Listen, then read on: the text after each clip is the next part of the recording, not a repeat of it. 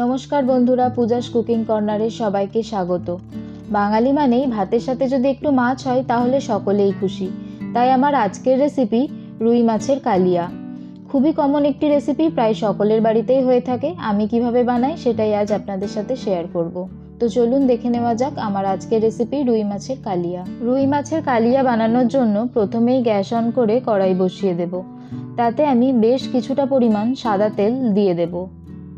দিয়ে আগের থেকে কেটে ধুয়ে রাখা রুই মাছের পিসগুলো নুন হলুদ মাখিয়ে নিয়ে সেগুলোকে এক এক করে তেলের মধ্যে দিয়ে দেব ভাজার জন্য।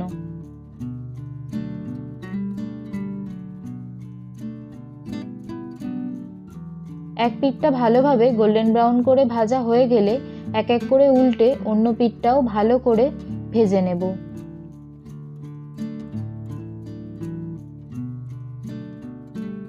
দু পিঠই লালচে করে ভাজা হয়ে গেলে মাছগুলো এক এক করে তুলে নেব।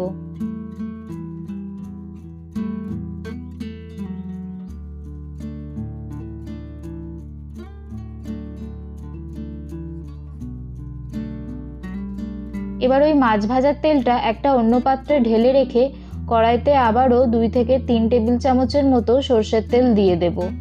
তেলটা একটু গরম হয়ে এলে তাতে গোটা জিরে এবং শুকনো লঙ্কা ফোড়নে দিয়ে 5 থেকে 6 সেকেন্ডের মতো ভেজে নেব। এরপর বড় সাইজের একটা পেঁয়াজ কুচি ও স্বাদ মতো নুন দিয়ে বেশ কিছুক্ষণ ভেজে নেব।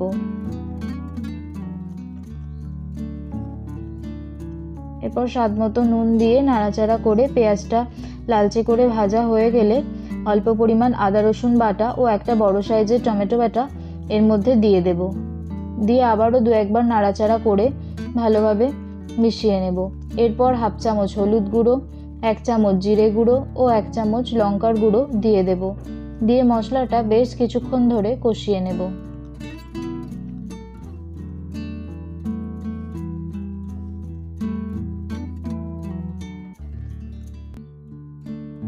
মশলাটা কষাতে কষাতেই আমি এর মধ্যে চিনি দিয়ে দেব।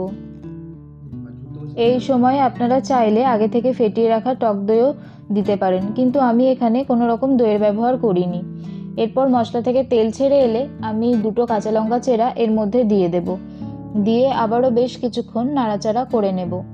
এরপর 2 কাপের মতো গরম জল আমি এর মধ্যে অ্যাড করব। দিয়ে মশলাটা ভালোভাবে মিশিয়ে নিয়ে একটু ফুটে এলে আগের থেকে ভেজে রাখা রুই মাছগুলো এক এক করে এর মধ্যে দিয়ে দেব।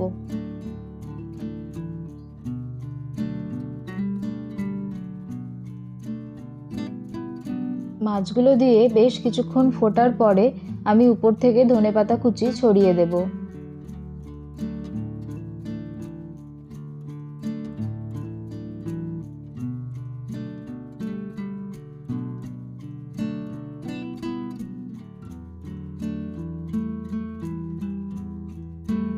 দিয়ে ভালোভাবে মিশিয়ে নিলে আবারও 2-1 বার ফুটে গেলেই উপর থেকে 2 টেবিল চামচ সর্ষের তেল ছড়িয়ে নামিয়ে নিলেই রেডি হয়ে যাবে এই রুই মাছের কালিয়া।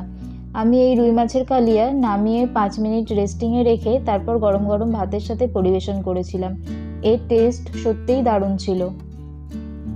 অসংখ্য ধন্যবাদ ভিডিওটি দেখার জন্য। এরকম আরও ভালো ভালো রেসিপি পেতে আমার ভিডিওটি লাইক করে চ্যানেলটি সাবস্ক্রাইব করে রাখুন। ধন্যবাদ, ভালো থাকবেন, সুস্থ থাকবেন।